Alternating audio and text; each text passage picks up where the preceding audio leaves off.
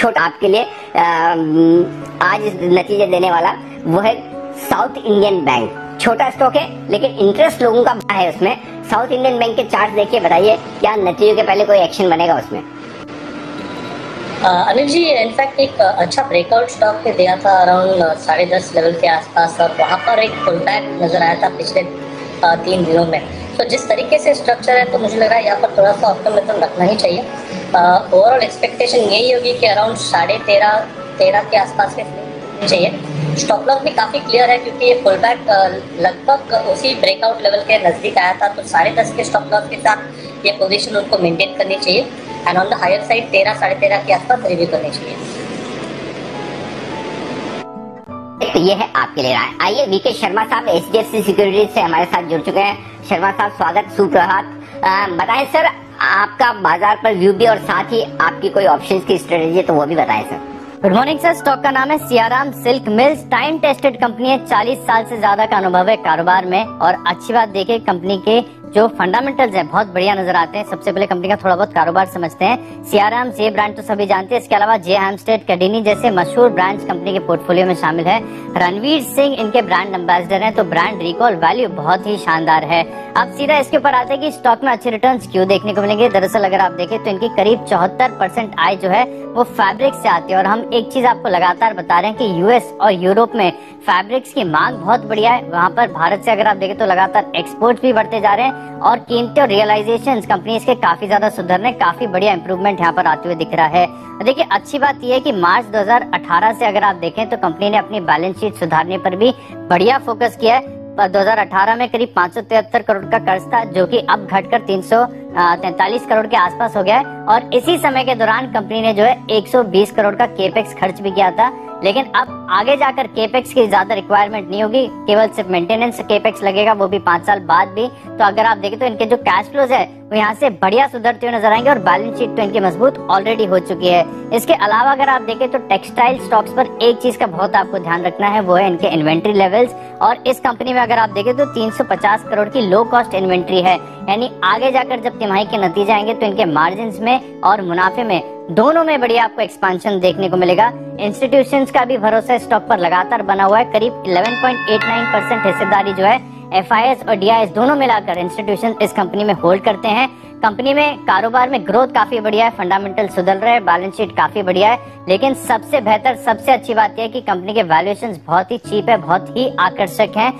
केवल 1 times market cap to sales पर stock आपको मिल रहा है, 1.5 टाइम्स का प्राइस टू बुक है, 11% का return on equity company enjoy करती है। और इतने बेहतरीन फंडामेंटल्स और हाई ग्रोथ कारोबार आपको 2% की डिविडेंड यील्ड के भी साथ मिल रहा है। अनिल जी, ये स्टॉक आगे जाकर बढ़िया रिटर्न्स देगा।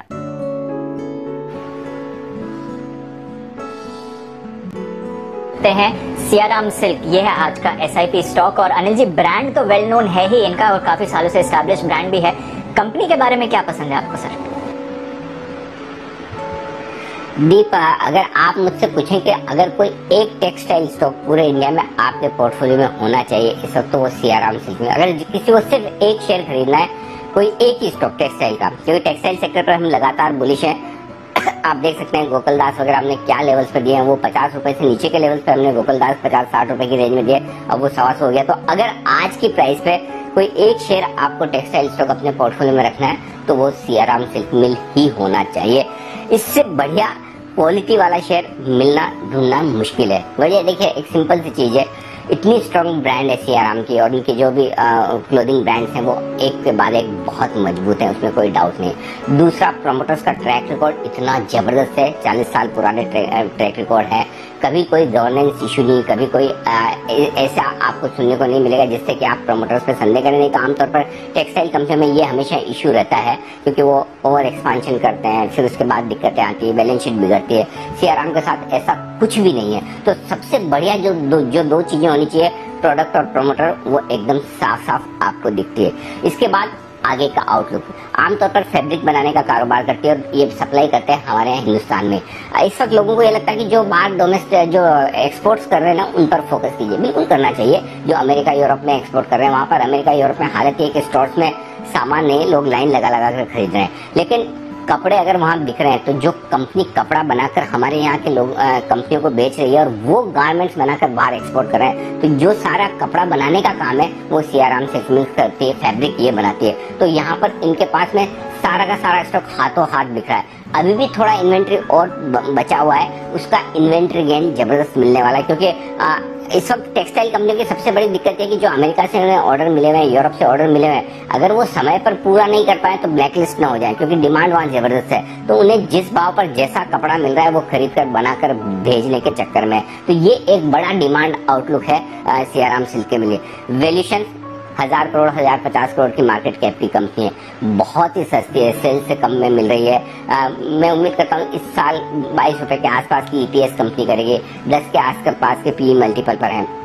मेरे लिए इमीडिएटली इस स्टॉक का टारगेट बनता है 300 रुपए का, लेकिन मैं फिर कहूंगा दीप 300 रुपए में भी बेचना नहीं है, मुझे वहां पर भी ये स्टॉक सस्ता लगेगा। अगले 1-2 क्वार्टर की अर्निंग में देख लूंगा तो उसके बाद में, तो मुझे लगता है ये एक ऐसा स्टॉक है जो मस्ट हैव इन पोर्टफोलियो होना ही चाहिए। बहुत बढ़िया उम्दा क्वालिटी का शेयर है और ये आपके पोर्टफोलियो में लॉन्ग टर्म के लिए रखें। तो बाजार में जब भी गिरावट आए, करेक्शन आए, अपनी लिस्ट में इस स्टॉक को रख लें कि टेक्सटाइल में अगर मुझे टेक्सटाइल सेक्टर में अगर एक स्टॉक मेरे पोर्टफोलियो में होना चाहिए तो सियाराम सिल्क मिल्स होगा। तो ये है स्टॉक आपके लिए आज जो हमारे एसआईपी के तौर पर। स्टॉक पर एक बार तकनीकी तौर पर रिएक्शन ले लिया जाए।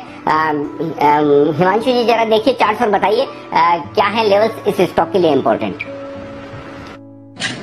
जी अनिल जी बहुत ही शानदार चार्ट का स्टॉक फॉर्मेशन है, स्टॉक पैटर्न है, और मैं कहूँगा कि डेली चार्ट पर लगभग एक डबल बॉटम फॉर्मेशन का ब्रेकआउट बिल्कुल इमिनेंट है, जिसका पहला टारगेट 275 रुपए और उसके बाद 325 रुपए का दूसरा टारगेट है।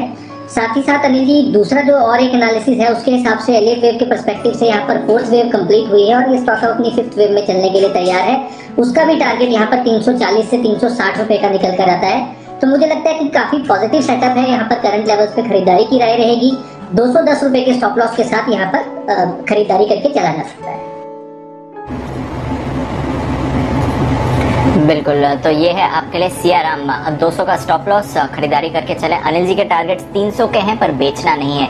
300 के तो अनिल जी ने आपको पोजिशनल बेसिस पर दिए हैं, पर आपको याद होगा 2 हफ्ते पहले 5 मई को अनिल जी ने ये रेकमेंड भी किया था 2000 में।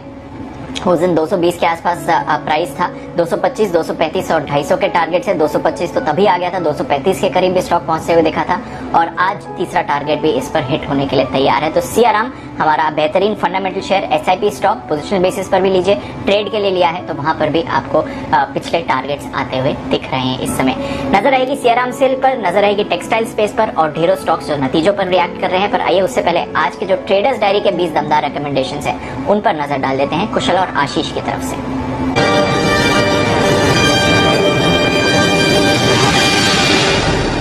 लीजिए कैश का स्टॉक है मेरी लिस्ट में कल्पतरु 421 रुपए के लक्ष्य से खरीदारी करेंगे। पीवीआर और टाइटन में आप तेजी के पोजीशंस बनाएंगे। बर्गर किंग बड़े रिवर्सल के संकेत सामने आ रहे हैं, 15 दिन के हिसाब से आप यहाँ पर पोजीशंस ले सकते हैं। सेंचुरी टेक्सटाइल 1 महीने का व्यू बनाकर 550 रुपए के लक्ष्य से खरीदारी करेंगे। निवेश के लिहाज से अभी भी बहुत बेहतरीन है। हिंदुस्तान जिंक वीकली चार्ट काफी शानदार है, 415 रुपए का लक्ष्य होगा। और पॉलीप्लेक्स कॉर्पोरेशन यहाँ पर आपको खरीदारी करनी चाहिए।